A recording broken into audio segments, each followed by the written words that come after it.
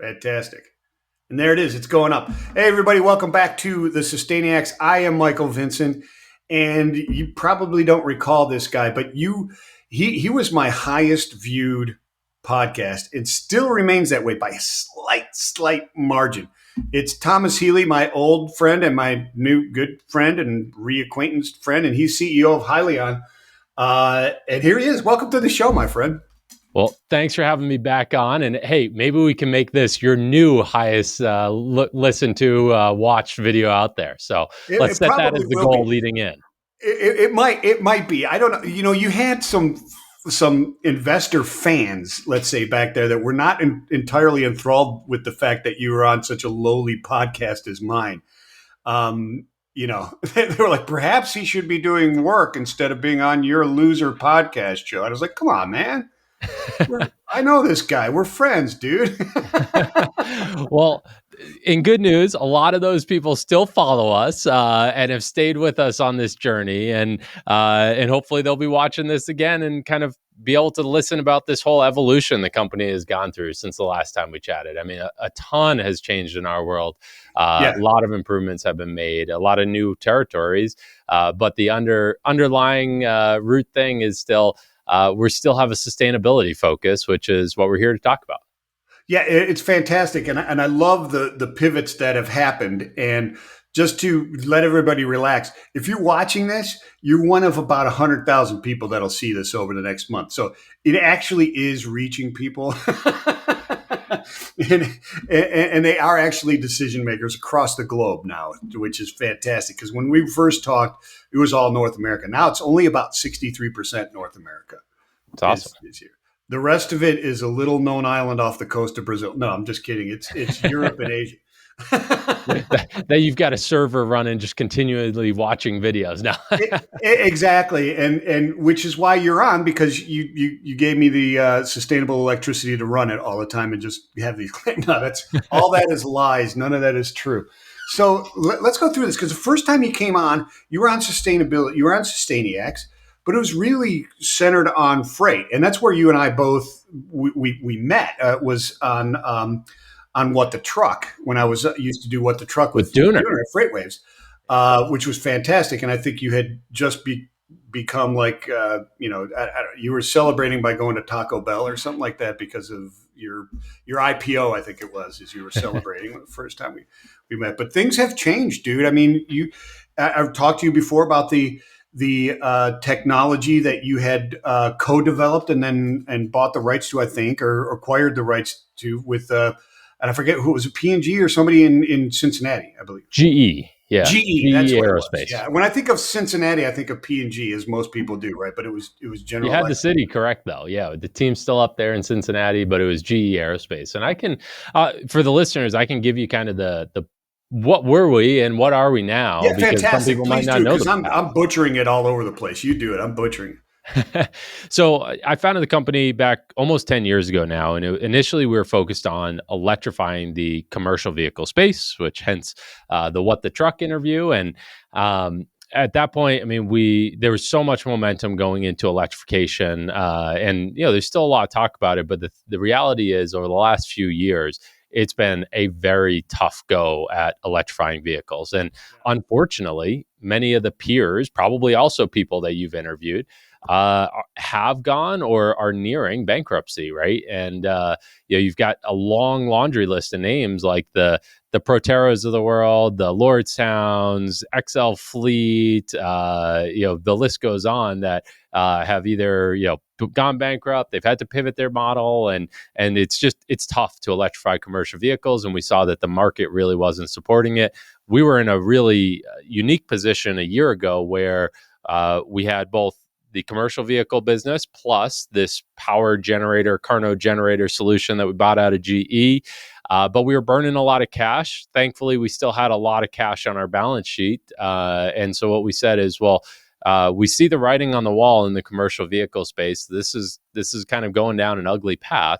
And so why don't we pivot the company? Why don't we shut down the powertrain business? We'll keep the IP. Maybe at some point we can bring it back in the future. But let's go all in on this KARNO generator, because we really saw the market for power generation as kind of the new up and coming, a lot of momentum. And that was a year ago. What's transpired over the last 12 months though is AI data centers have gone bonkers, right? I mean, it is taken off, and the amount of projected power that these industries are going to need is kind of unheard of, right? And I'll often tell people, if they hit like half or a quarter of what the power they're saying they're going to need, I mean, the grid is not going to be able to support this.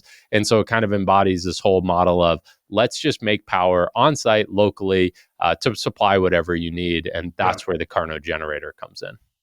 Yeah, and that's fantastic. And there's people who say, "Oh, the grid can handle it." No, it absolutely can't. And without the recent projections with the explosion of AI, right, in the data centers, like you're talking about, if you just consider the EV market and the rechargeable market, et cetera, it's like we have to triple our production of just copper to handle that stuff. And people don't understand that type of stuff. Sometimes there's just limitless copper around. Maybe there is, but right now it's controlled by Southeast Asia and I believe it's Brazil, right? Or Peru. I mean, so like EV charging, the one story I love is if you plug in 10 semi trucks on a fast charger, those semis will consume as much electricity as the entire Super Bowl stadium during game time. So like, think about 10 semi trucks. It's nothing, right? There's 2 to 3 million trucks in the US. And to charge these things is going to be a massive drain on the grid. And then what's interesting is that now you couple on this data center kind of whole evolution going on, and now the power levels are even that much more, and so now you have everyone racing to get the same power, and it's kind of come to a point where people have just realized, hey, the grid isn't going to be able to do it. You've got California, who's already doing rolling brownouts, right? You've got, if you look at the data of like how often people are losing their electricity, it's becoming much more frequent than what it used to be. And it's all because the grid is just becoming overtaxed. And not to mention, I mean, there's other crazy stats out there, like 60% of the transmission lines in the US are already at or past their expected life expectancy. Right. And so we need a big change to happen in this power gen space, and that's where we think distributed power, on-site power generation, basically having your own personal power plant, is where this industry is going to head. Yeah, I mean, there was even talk of like personal or I guess it was personal or micro nuclear power, right? Is a technology SMRs, yeah. that people are looking at, which makes a ton of sense. I mean, we've got it really does, because you're looking at just, I believe, Google's plans for data, right? Update of Google, that will take up twice as much energy as the entire UK produces right now. Just Google will do that if they hit their plan. So the solutions like this have to occur, and it's called KARNO, right? The KARNO generator, correct? It is the KARNO generator, and so what? I mean, it generates electricity. Okay, we understand that. So how? Why is this so unique? What's the secret sauce you can tell us without giving us enough information to go build my own? So it's called a linear heat genset. So a lot of things go into it, a lot of advantages, but let's try to break it down. So it's a linear generator. So basically, can sit outside your facility producing power. On the inside are these 4 shafts that are taking in fuel, and then it's converting that fuel into heat. And then that heat is what's actually producing the electricity. That's why it's called a heat genset. So very different than like a car's engine, which is an internal combustion engine, where you're exploding fuel and that's what's driving your pistons and making rotational power. Ours is all powered off of heat. So that's the core fundamental, 101 difference. Now, this type of generator, it's based off of Stirling engine technology. For anyone who has geeked out on different engines, thermodynamic cycles, so it's been around for 200 years, right? We did not invent the Stirling engine, Stirling cycle. It's been around a while, but the problem has been no one's been able to really commercialize it and bring it to market to get the benefits of what's possible with Stirling. So what we did is we said, look, the drawback, or what's been the challenge, is is manufacturing. It's very difficult to make the geometries, the components that go into a Stirling engine. So what we did is we said, well, what if we use 3D printing or additive manufacturing to make those really key components that matter for efficiency and performance of the genset, and allow kind of take this 200-year-old tech, apply 21st century manufacturing techniques to it, and that's been the unlock. And so we, to run through some of the benefits, we're getting near, or in many instances better, power plant level efficiency out of a box that can fit in the bed of a pickup truck. You've got true fuel flexibility. So, since we power off of heat, as long as you can take the fuel in and react it to make heat, we can run on it in most instances. So you got hydrogen, natural gas, propane, diesel, ammonia. I mean, it's a list of over 20 fuels that we've identified that we could run on. You've got ultra low emissions coming out of it. So we're talking like single digit part per millions NOx and CO emissions. And then since you can run on the hydrogens of the world, it can be zero carbon emissions. And then the other really important thing that kind of is this unlock is very low maintenance and noise and small footprint. So it's just practical for people to be able to adopt it. So we like to equate it more to think about, adopting an air conditioning unit at your facility. One, when you're building a new building, it's kind of like a no-brainer. Yeah, you're going to put an AC unit there. And two, you expect that, hey, it's pretty low maintenance. I'm going to plug and play and kind of forget about it. And when I need it, it's there. That's the same philosophy that we're taking with this generator. Very different than when you think about like a truck's engine. You need constant oil changes. You need a lot of maintenance going on in the system. We've tried to really make sure this is a plug and play. It's going to sit there and run with pretty low intervals on the maintenance side. So, Right, so I know I threw a ton at you, but no, that's fantastic. That's now we get to unpack all of that, which is when you talk about the maintenance issues and stuff like that, or how it works. There's very low friction inside of the generator, right? So that's what you're implying, obviously, by saying low maintenance, et cetera. There's no, like you said, you're not combusting fuel and having drive shafts and piston rings and all this other kind of stuff that can wear out. Low friction on the inside of it. And you also said that there's low emission. So, but then it can also burn over 20 different fuels, right? That you said. So if you're burning hydrogen, obviously emissions are, oxygen zero carbon and water. They're oxygen and water, and you're losing some of that mass, obviously, to the energy. Otherwise, you've got perpetual energy, which doesn't work. Doesn't exist. Unless that's like the next uptake you're going to come out with. There might be some physics laws that might not allow that one, but we'll see when we get there. we're working on it. We'll let you know later. Yeah. But so you're saying, like, even with fossil fuel, et cetera, the efficiency of it is that it produces less. Because is it burning the molecules more efficiently? Is that what it is? Yeah, so a few different things that go into it. So let's touch on the first one we talked about, which is the low friction, low maintenance. So when you think about a normal engine, like a car engine or a normal diesel engine that would go outside of a facility, in many instances, you're looking at there are thousands of moving parts in those engines, right? I mean, there's a ton that goes into them. So with our system, there is only one moving part per shaft. So in a 200 kilowatt system, 4 shafts, 4 moving parts. And what that is you're moving this piston array back and forth, left and right, that's actually hovering on gas bearings, or normally referred to as air bearings.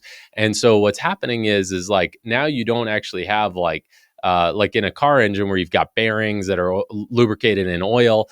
Our system is actually kind of hovering more like an air hockey table is the best way to think about it, as it's oscillating back and forth. And so that greatly reduces wear items. And then just the fact that there's only one moving part just is much less wear and tear, right? And then the other big difference is, a car engine, you're actually doing this quick explosion of the fuel. That's what's pushing the piston. For us, that whole area where that piston's moving back and forth is actually sealed from the factory. And it's exterior to that we're reacting the fuel to make heat. And then that heat, it actually heats up some trapped gas, and when that gas gets hot, it expands, and that's what moves the piston. So I know I'm Ah, kind of nerding out on the technology here, but all to say, it's just inherently designed with low maintenance in mind, right? Like just from the core architecture of it. And then what allows us to have that fuel flexibility is the area where we react the fuel is kind of separated from the area where we make electricity. And so from that standpoint, we don't care if you're putting in propane or natural gas or hydrogen into that area to react it. We just care about how much heat or is that fuel going to give us to be yeah. able to drive this system. That makes that no. That's a great explanation of how that works because that's I'm sure there's many who go, okay, you're talking about a shaft which is a piston kind of going. I can see going, oh wait a minute, you're still combusting, but now that you've explained that it's external to that creates the heat that heats it up, moves it, heats it up, moves it, and on either side going back and forth. That's how it's kind of oscillating or bouncing back and forth, and then creating that heat, which then is creating the electricity. That's really cool. So Now, to get to your emissions point on it all, right? yes, please. So, where we react the heat, we're using this, or where we react the fuel to make the heat. We're using this kind of new age advanced technology called flameless oxidation, which is basically we're doing a low temperature reaction of the fuel. We're suppressing oxygen levels and we're recirculating exhaust gas back into it to do that suppression of oxygen levels. And so what that does is it allows for a much cleaner burn. So that allows for low NOx, low CO levels. And then the other advantage we have is when you compare us to a internal combustion engine, think of like your car, you explode that fuel, it pushes the piston, but now what you're trying to do is you're trying to remove that exhaust gas, quickly bring in fresh air, bring in new fuel, react it again. So your time at which you're actually reacting the gas is very quick. Versus our process, it's more like think of like your stovetop, right? Where you set your burner on and it does a full reaction or more of a complete reaction of the fuel. That's more how we're operating because we're trying to produce heat. We're not trying to create an explosion. And so that allows us to actually fully react to the fuel or more wholly react the fuel. And that allows us to drive emissions levels down as well. So it's like a lot of things kind of coming together all towards this mission of reduced emissions. And just to put some numbers to this, like with no after treatment system at all, so no catalyst, no def system, we're looking at like low single digit part per million NOx, low single digit part per million CO levels, which to put that in comparison, that's like surpassing California's latest and greatest emission standards with no after treatment system at all. Oh wow. And so I would imagine the efficiency of producing electricity versus from a given amount of fuel. Let's just take a traditional generator that I'm putting fuel in, right, and cranking it. I just did it the other day. um, am I getting better kilowatts per hour out of that fuel with yours? Yeah, so you are. So to kind of give you the range of stuff, if you think about like your emergency backup gen set or like you go to Harbor Freight, buy a gen set there to, you're probably, honestly, you're probably only at like in the 20s in terms of efficiency. It's pretty low. It's pretty bad. And so that means like for every molecule of fuel you bring in, only about, let's call it 25% of that fuel actually goes towards making electricity. The rest is getting wasted as heat or other inefficiencies. Gotcha. And then when you think about like a truck engine, right, you're probably in that 30 to 40% sort of a range. And remember, you have to take that and convert it to electricity. So that you often kind of get to like in the 30s. With the KARNO generator, we're at a 50% fuel to electricity power output. So that's a pretty big step change. Now, the next natural question is like, well, how does that compare to power plants, right? So if you look at the latest and greatest power plants that are out there, which they're only really being deployed in countries like Dubai, I don't think there are any in the US even, you're in the low to mid 50% range. So that kind of puts us like we're right in the same ballpark as the best major power plants that can be produced today. Now, if you compare that to what's actually deployed in the US average wall outlet is about 36% efficient. So that means, fuel to electricity 36% versus we could be at 50%. Gotcha. Gotcha.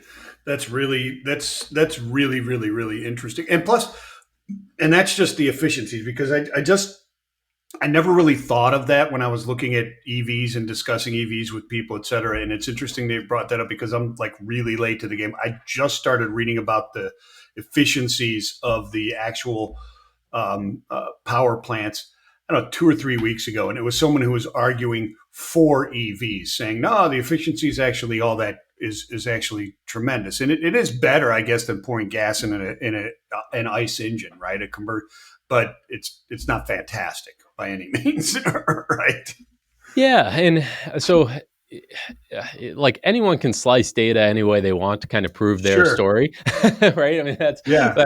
as an engineer, you kind of hate that, but it's kind of the reality. You could slice it however, and you could get to the answer you want. But I mean, Yeah. so most people, when they talk about EV efficiency, they talk about like from plugging into your wall outlet, going into the car, into the battery pack, and then back out to through the motors, driving the actual wheels. An electric car can be probably 85 to 90 something percent efficient, right? They're super efficient. They're awesome. But a lot of people like to leave out well, how'd you actually get that electricity and what was the efficiency there, right? And that's where I'm talking about, like the average grid electricity is 36% efficient. Now, when you compare that to like a normal diesel truck going down the road, you're starting right with the fossil fuel, and then you're going through a drivetrain that, the engine is only 30, 40 something percent efficient. And then you have, maybe the rest of the vehicle is 85. So you culminate all that together, you're probably in the mid to low 30s, or let's call it mid 30s, right? And so now you're actually not all that different than an electric vehicle when you take into account the grid is only 36% efficient. Right. Yeah. When you're looking at the efficiency, there's not much difference there really at all. Well, I mean, but the difference then becomes is how is that grid powered, right? Like, I mean, theoretically, right here where I'm at in Chattanooga, we've got Sequoia or we've got TVA. It's all TVA, but I'm either nuclear or hydrogen, or not hydrogen, but hydro. Mm-hmm. So an EV here, if I'm It's always perfect. powering it here, pretty darn efficient, right? I mean, pretty green. You go to Kentucky where it's like 76% coal. Yeah, a little bit different of a story. Yeah, it's a completely different story. So let's talk applications of this, right? I mean, so it is, and it is a developing technology, right? So the research is to get it past 50 to 60% efficiency, and so on and so forth, right? Does that come through design or fuel or Yeah. both? So it comes from design. So actually, strangely enough, and this is first time I heard it, I was like, no, that can't be true. But we get similar efficiency whether we're running on diesel or natural gas or hydrogen, because you more need to look at what's the BTU, the heat content of that fuel, the energy Yeah, content of that fuel. And regardless of whether you're natural gas or you're propane, we're going to extract about 50% of that fuel's into the heat needed to power it. So, end all be all, you're going to have about the same efficiency regardless of what fuel you're on. But if you're running a very low energy content fuel, you'll consume a lot more of it, but you're still at about a 50% efficiency. So that's a little bit of a mind twister there, but that's the way the physics behind it actually works. And so more what we're hearing customers are looking at is like, well, what fuel is available to them, right? What's the cost of that fuel? And the reality is most people are saying, hey, natural gas is by far my cheapest fuel, and so that's what I'm going to run on. But I like the ability that in the future, if hydrogen becomes more prevalent, if there are mandates that force me to fuels like hydrogen or ammonia, then I've already deployed infrastructure that's kind of future proofing myself. Versus if I just go buy a diesel engine today, I'm never going to get that to run on hydrogen in the future. right. Because it's fuel agnostic is one of the things you kind of used the first time we spoke, and that's not 100% true. But I mean, for all intents and purposes, it is. But I'm not going to throw like a piece of wood in there and light it on fire and go, "Hey, we're good." Yeah. So yeah, there are limitations, but most gaseous fuels, even liquid fuels, we can run on. And so yeah, no wood. We haven't solved that one yet, but yeah, no gaseous and liquid fuels. Yeah. It can switch between. We actually just demonstrated. It was really cool test to see where we started running on natural gas, and then we started infusing syngas into the fuel line, and then we started switching over towards hydrogen. So we were actually like switching what fuel was going into the generator on the fly, and the genset was able to respond accordingly, change how it was operating to accept that new fuel, which was pretty cool. Like you don't even have to shut the thing off in between switching fuels. It's absolutely fantastic. So, what do we have left here? About 5 minutes I got you for maybe next? Yeah, Are we over? I'm good for 15. So, All right, fantastic. So let's talk about application. Where are we putting this stuff? Am I putting one in my backyard for the next time I lose power here in Tennessee, or what's going on? so long-term goal, I want to say yes. We're just not there yet. But what we're going after first is the commercial markets. So think about like I've said it a lot, but data centers, EV charging sites. Think about commercial buildings. So whether it be a shopping center, a warehouse, a hotel, hospital, those sort of applications, those are great. And then another one is waste gas. So since we're fuel agnostic, you can go into things like flare gas at an oil and gas site and use that fuel. You could use methane coming off of a landfill application or a dairy farm. So that's another big opportunity. And then the last one, which is pretty unique and pretty exciting, is marine applications. So we're actually working with the U.S. Navy on looking at being able to actually power vessels off of this generator. Oh, real? And well, you could power vessels, but you're carrying the fuel with you, right? Yeah, so you think about the Gotcha. Navy. It's the unique use case where uh, they want some fuel flexibility, so it will run on diesel, but Right. they actually need it to be able to run on fuel that's been contaminated with salt water. So we have to test for that. We've done that. It works well. You also they want a solution that has very low noise, very low vibration, so that the ship Gee, isn't why is detectable. that, Thomas?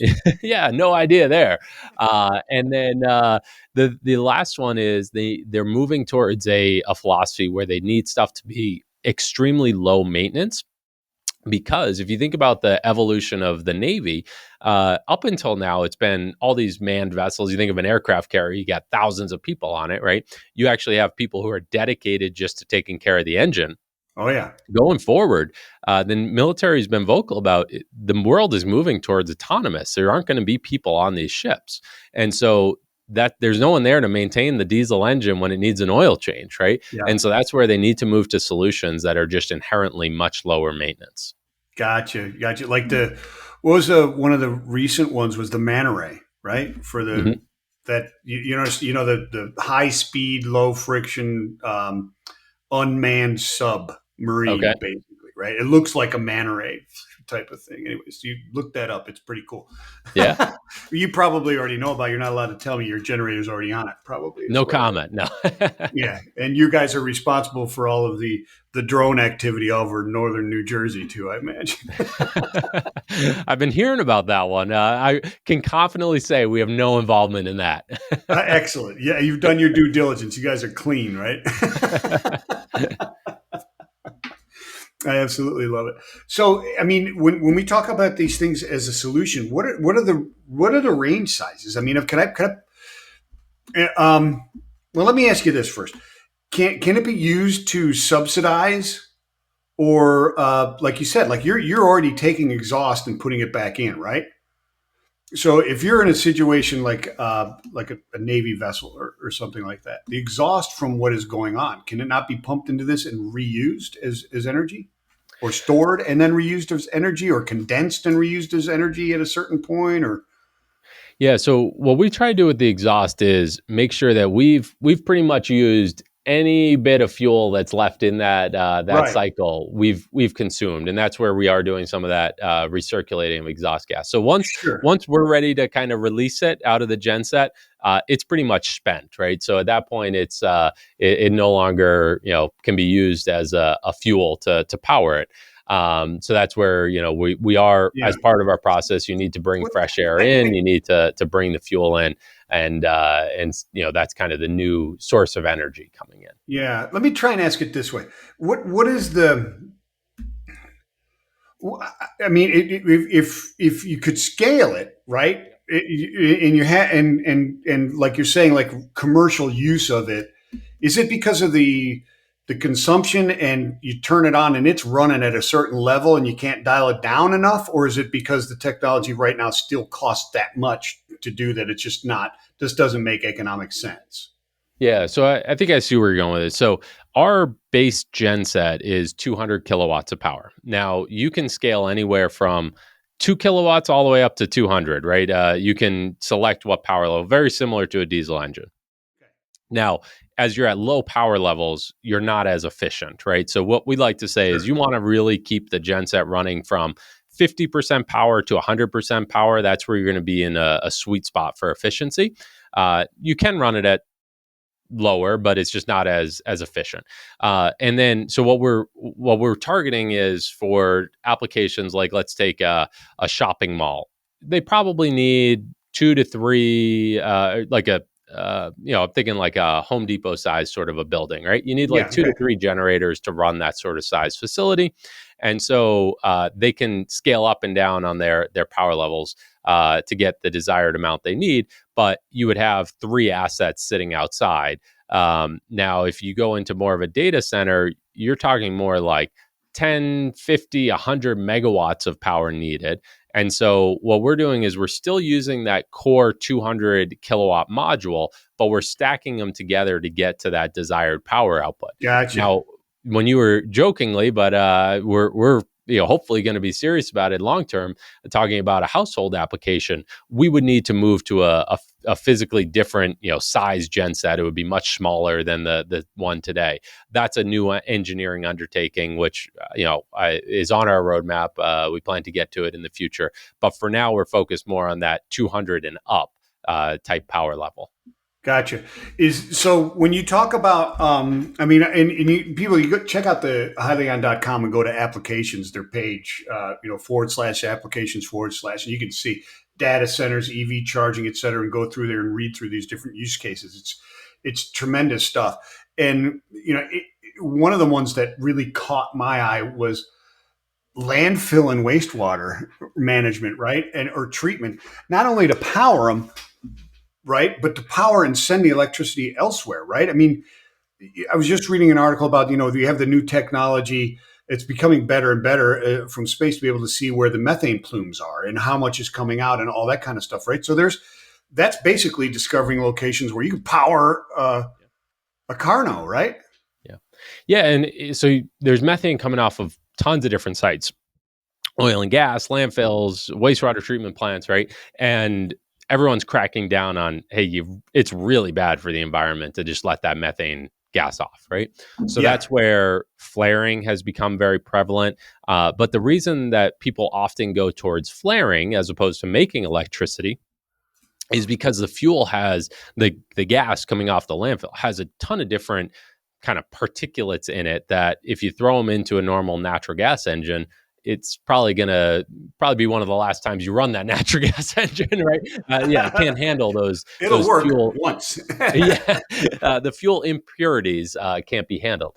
That's where KARNO is in a different league of its own, where we can take unpurified gas and run it through the genset and produce electricity. Now, obviously, we do have some limitations, but it's much broader than a normal internal combustion engine. So that's where, if you wanted to solve the methane problem with a normal engine, you would need to pre-scrub the fuel, get it into removing any of the extra particulates, and then run it.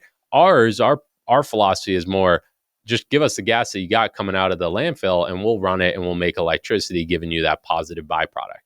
And so that's we think a pretty unique unlock for us. That is really cool. That is really fascinating stuff. So this could, and what I don't see, well, maybe I do see it here. I just haven't looked for it. No, it's not here. So I'm going to give you another one, and All I right. see that you have them nice even. You have 2, 4, 6, 8, 10. I'm going to give you an 11th one. So you're going to have to get that 12th, To residential keep the use. website even.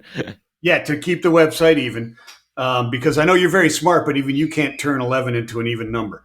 So, although it is symmetrical, uh, is remote locations, right? Is this not a solution for the remote villages of South Africa and South America, et cetera, as being a viable energy production, because it doesn't require um, a massive skill set that you have to retrain a whole society or individuals to run. You fill it up, it's pretty much good, right? Yeah. No, remote locations, that definitely is a viable path. Now, you got different scenarios there. So you think about even like in the US, you've got some remote areas where you kind of question, does it really make sense to build transmission lines out there to take power from the power plant and bring it all the way out to a remote Yeah, destination? right. Maybe not. So that's where you can deploy one of these gen sets and power, a local. You can create like a microgrid, is what they're called, a local, power plant for an area. Or even when you think about, like, we've heard examples from utilities where they're saying, "Hey, this somewhat remote area is growing really fast. We brought some transmission lines out there, but their growth is, exceeding those lines. So now we need more. Well, do we really want to go build transmission lines, or is it better just to plunk some KARNO generators down near the end destination and tap into feeding into the grid?"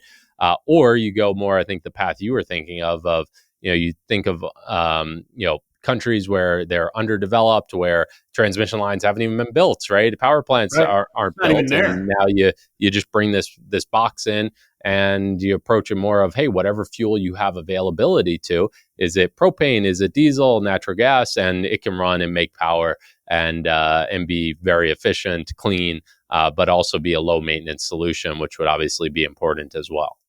That is fantastic. Or like um, post disaster, Yeah, right? definitely. Yeah. Yeah, So just plunk down till the power grid comes back and get it. Or, but like what you're saying, even preventative, man. I mean, this happens to us, and it's happened enough times where it's just like, hey, let's do this, and um, just having it on your site, like you said, places where there's brownouts and brownouts can happen, et cetera. My former life in ocean, running container freight stations in southern Florida, in Miami in particular, we had huge diesel generators. We had four sure. of them on site, and we could run for like 2 months without outside assistance off of these things. And the deal was we got energy discounts because the utility company in South Florida could fire up my generators anytime they wanted to remotely and put us on our own power. And it worked it that way to alleviate brownouts and those type. So that's the type of application that can be done with this as well in a much more efficient manner. Yeah, and so usually at this point it's like, okay, this thing sounds too good to be true, right? So like to be fair about it, also, where are our drawbacks? Where are we not, the right Yeah, fit? It's more when you're just looking for emergency power, right? yeah, That's where we're not really the right fit. Our philosophy is, if you own our genset, you want to be running this thing 24/7, three sixty gotcha. five. It's basically a Gotcha. power plant. Versus you think about like that engine that goes outside your house to just be there for when the power goes down. You more just want to buy the lowest cost solution for that type of Yeah, application, and that's not where we fit in. So yes, our capital cost is higher on the front end, but the real target for customers is, we're long term, we're producing cheaper electricity for you than you were sourcing elsewhere, and yeah, that's where it makes a lot of sense. So emergency standby power, not really the market we're looking at least not in the beginning. It's gotcha. more people who want all the time power. Fantastic. That clears up my next question was going to be, before I let you go, who's reaching out and why should they? We've got that. Are they just going out to Hyliion.com? Yeah, Hyliion.com. We've got a contact form in there as well. We're in that phase where we're just at the cusp of getting units out into customers' hands. So this has been something that's been in development for since 2017, so a while now. And so the fun is just beginning, just getting it out there, and then starting to scale as we go into 2025. And we are eager and looking for additional markets and applications to go into. So anyone that's listening, 100,000 people, which is super exciting. Looking forward to hearing from you if you think you got a use case that works well. I love it. And I love the new logo, dude. I don't know I, how it's new to me because I haven't really been watching it, but that's a very cool logo. I appreciate it. Yeah, no, thank you. A lot has changed. There's been it was a tough evolution, but the good news is we're getting some great momentum and tailwinds behind the new journey, the new path for the company, and we think we're on a really good trajectory. So, Well, looking you forward to must be having doing something right you there, dude. along for the journey and many more exciting interviews to come. Yeah, fantastic. And you must be doing something right because I can't count a single gray hair on your head yet. And that's fantastic. And usually, I mean, co-founder, CEO, dude, that's like, boom, gray hair, just jumping. Anyways, fantastic. I love catching up with you again, Thomas. Thank you so much for coming on. And everybody, thank you so much for downloading and tuning into the Sustainiacs. Until next time, I'm Mike Vincent. Peace and love.